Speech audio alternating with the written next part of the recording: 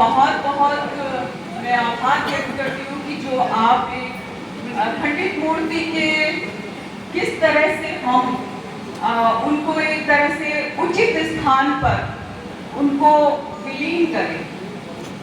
ये देखिए, मैं कोई बहुत ज़्यादा भाषण नहीं देना चाहती, लेकिन एक बहुत छोटा सा संदेश ये होता है कि हम लोग पूजा करते हैं, बड़े प्यार से उस मूर्ति को घर में लेकर आते हैं और फिर उसको पूजा करके अच्छी तरह से अर्चना करके वहीं पीपल के वृक्ष के नीचे जाके रख आते हैं।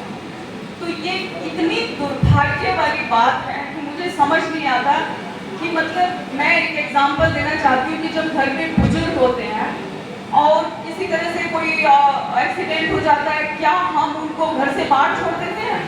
उनका इलाज कराते हैं या उनको सेवा करते हैं या प्रॉपर जो भी तरीका हो सकता है वो अपनाते हैं। इसी तरह से मूर्ति के लिए भी जो हम इतने प्यार से जिसको हम पूछते आ रहे हैं, उनको आप कैसे सी ऑफ कर सकते हो इस तरीके से, जो कि एक हिंदू ही ऐसा करते हैं? आपको विश्वास नहीं होगा, मैं जब जिप्सी में पेट्रोलिंग करती थी तो मैं जगह जगह पे इस चीजों को देख के अपने जिप्सी में उठा के और सब मूर्तियों को रख लेती थी, फिर यमुना में जाके जहाँ उचित हो वहां प्रवाहित करती थी। तो ये एक भाव, बहुत दुख होता था कि जो भी आदमी उस पीपल के वृक्ष के नीचे उन मूर्तियों को रख के गया है, कोई पान का थूक रहा है, कोई कुछ कर रहा है, या फिर बहुत से लोग अपने घर की सुरक्षा के लिए मूर्ति को पेस्ट कर देते हैं, यहाँ पेशाब ना करें। अरे भाई, उनको भगवान को बदबू आती होगी ना। प्रभु व्यापक सर्वत्र समाना, जब हम रामायण का पाठ करते हैं तो ये हर कण कण में, इस बैलून में मैं भगवान देखती हूँ, हर पत्ते में भगवान देखती हूँ, तो क्या हम मूर्ति में हमें भगवान नहीं दिखता? फिर हम किसकी पूजा करते हैं? क्यों ऐसा करते हैं?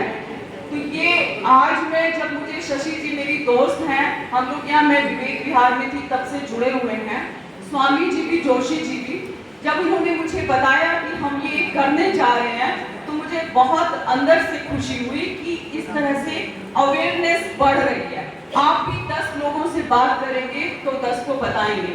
Thank you so much. Sanatan Dharma की ये परंपरा नहीं है कि हम अपने भगवान को बाहर छोड़ दें, कभी भी नहीं। मेरे पास आज तक जो मेरे ऑफिस में मूर्तियां थी तो मेरे पास है, जो मेरे घर में, मेरे घर से चलती आ रही वो मूर्ति याद है, और उनका मुझे चेहरा, हर मूर्ति का चेहरा मुझे याद है।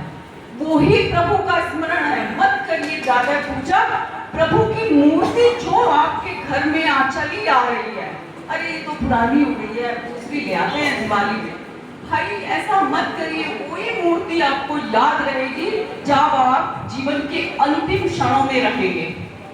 बार बार मूर्तियां बदलने से भगवान भी बदल जाते हैं। Thank you so much.